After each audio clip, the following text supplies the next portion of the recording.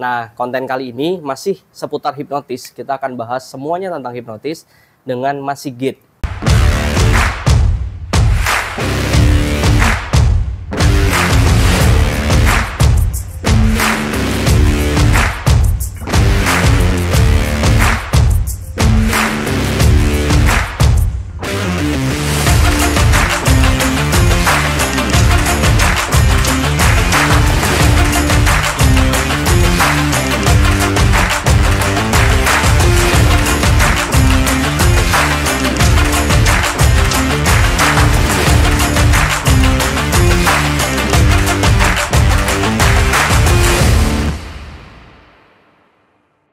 Mas Sigit, di sini di kontenku aku akan bahas seputar hipnotis, ya akan bahas seputar hipnotis, edukasi hipnotis karena banyak di luar sana yang ternyata masih belum ngerti hipnotis yang sesungguhnya itu apa. Sebenarnya bukan hipnotis ya, lebih ke hipnosis namanya.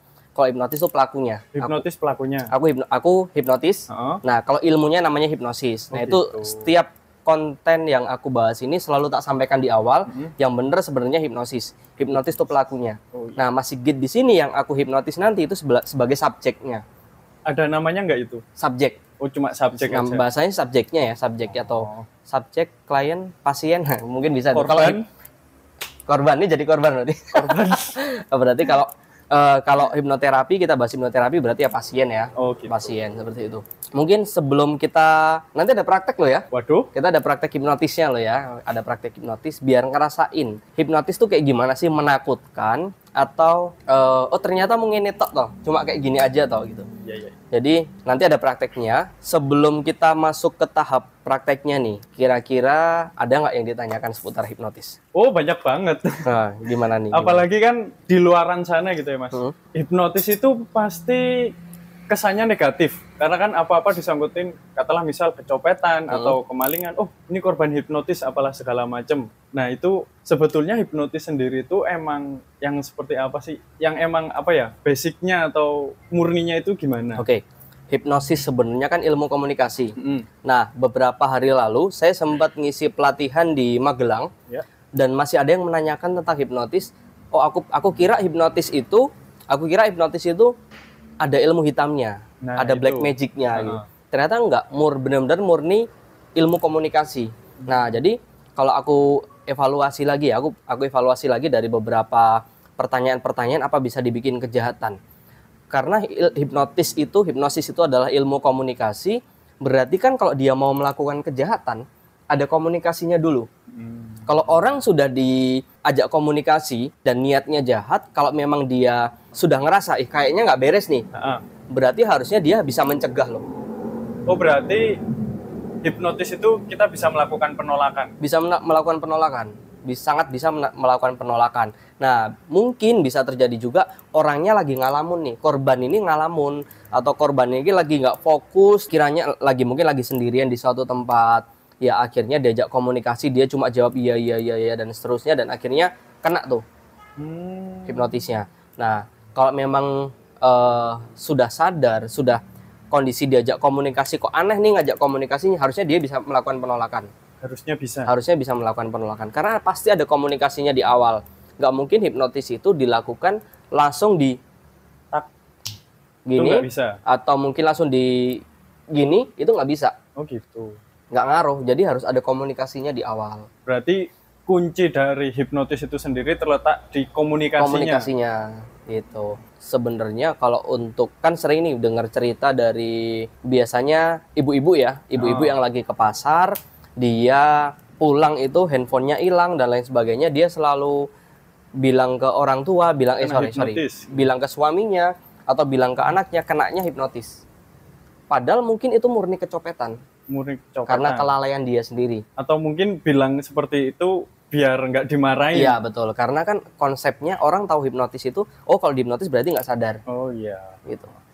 Nah, bisa terjadi tuh murni kecopetan. Jadi benar-benar dia lengah, teleponan sambil naik motor, atau mungkin pas lagi jalan HP-nya dipegang, atau tasnya lagi kebuka dicopet. Paling aman ngakunya sama suaminya hipnotis. Karena kalau ngaku bilang kecopetan, kecopetan lalai dimarahin pasti dimarahin. Pasti dimarahinnya. Kayak gitu Mas. Jadi Masih banyak yang mengira hipnotis ini bisa dipakai untuk kejahatan. Ya mungkin bisa aja sebenarnya, tapi balik lagi ada komunikasinya di awal.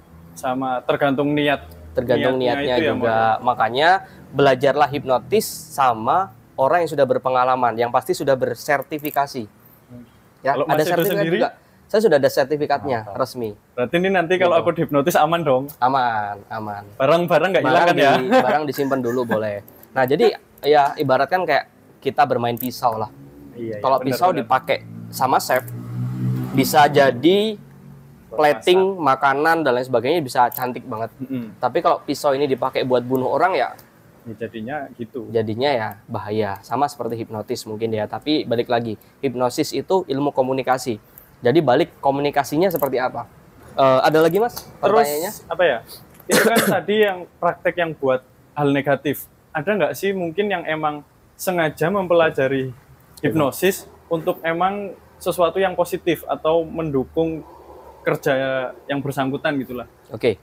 Nah, hipnosis itu banyak banget sebenarnya manfaatnya. Salah satunya untuk menumbuhkan rasa percaya diri, karena hipnosis ini kan ilmu komunikasi dan dia bermain pikiran bawah sadar. Jadi sangat bisa untuk misalkan membantu hipnoterapi, fobia, ketakutan akan sesuatu, itu bisa pakai hipnoterapi. Atau misalkan dia nggak mau pakai untuk hipnoterapi, bisa untuk state hipnotis atau hipnotis panggung. Berarti untuk entertain. Oh, iya. Untuk entertain. Jadi sangat bisa sekali dan manfaatnya banyak ya. Selain untuk menumbuhkan rasa percaya diri, dia bisa untuk self hipnosis. Jadi hipnosis diri sendiri. Untuk diri sendiri bisa untuk diri sendiri. Jadi misalkan nih ada kecemasan, ada ketakutan, dia melakukan self hipnosis bisa. Oh gitu. Jadi mengontrol diri sendiri lewat pikiran. Kontrol diri sendiri lewat pikiran. Jadi ada memberikan sugesti-sugesti tapi untuk diri kita sendiri. Gitu. Contoh misalkan ya aku rasa kayak law of attraction ini salah satu hipnosis juga gitu ya. Hipnosis juga. Gitu, law of attraction, hukum tarik menarik ya. Bener ya? Pernah dengar ya? Pernah dengar ya law of attraction ini. Jadi karena banyak sekali juga testimoni orang bahas tentang law of attraction, pengen sesuatu, pengen ini itu kan untuk memunculkan energi positif yang ada dalam diri kita. Law of attraction ini tidak akan berjalan dengan baik ketika energi kita negatif, pikiran kita negatif, terus kita tidak punya semangat untuk hidup misalkan. Gitu. Jadi otomatis law of attraction ini juga tidak akan berjalan dengan baik. Self hypnosis ini juga tidak akan berjalan dengan baik. Kita pengen hipnosis diri sendiri untuk misalkan untuk apa ya? Biar kerjanya semakin semangat lagi. Terus misalkan ada bisnis, ada usahanya omsetnya makin bagus lagi, terus punya target-target yang memang sudah ditentukan, itu bisa untuk self hypnosis ini untuk mengontrol diri sendiri, pikiran, terus law of attraction-nya ini untuk targetnya. Untuk menargetkan. Jadi aku pengen nih besok omsetku di bisnis sekian, itu dilakukan setiap malam. Untuk law of attraction itu sangat bisa sih. Jadi manfaatnya hipnosis itu banyak banget untuk mengontrol diri sendiri. Aku coba mau tanya lagi.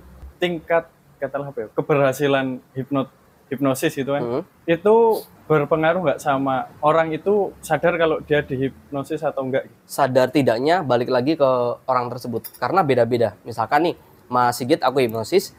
Aku tanya nih, tadi ngerasain hipnotis kayak gimana Mas? Sama aku nanya si temennya Mas Sigit misalkan. Tadi dihipnotis rasanya gimana Mas? Akan berbeda. Akan berbeda, tergantung kondisi masing-masing. Jadi akan berbeda-beda.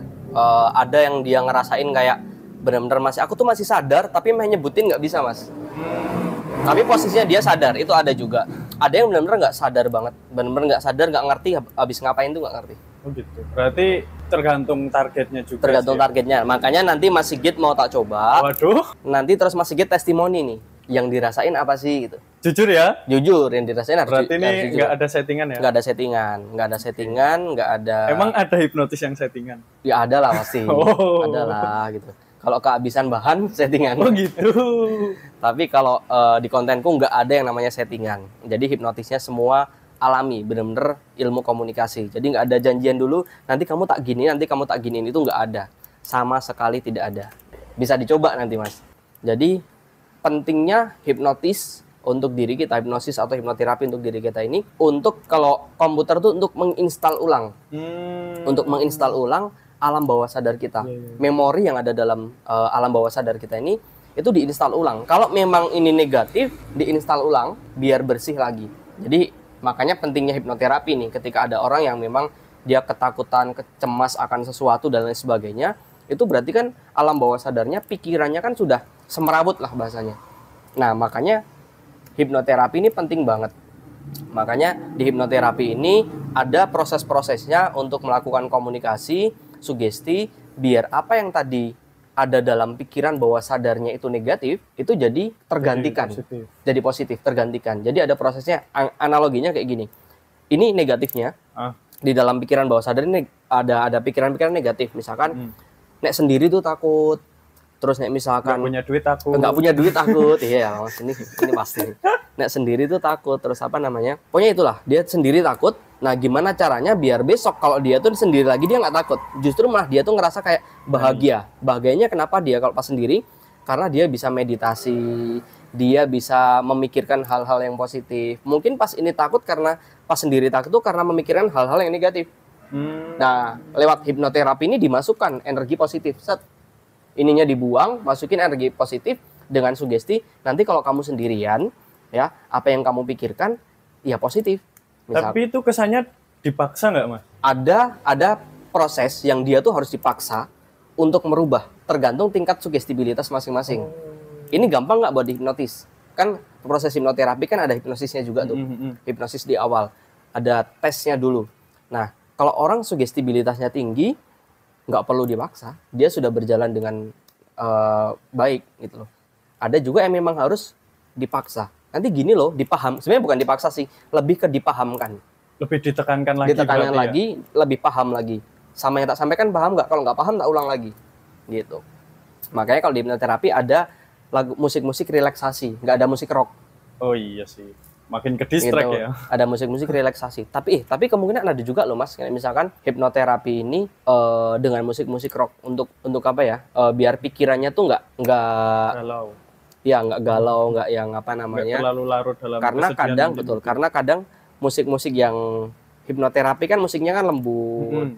Nah, itu bisa terjadi juga malah bikin galau misalkan ya. Makanya pakai rock-rockan aja nih gitu. Ya mungkin bisa juga.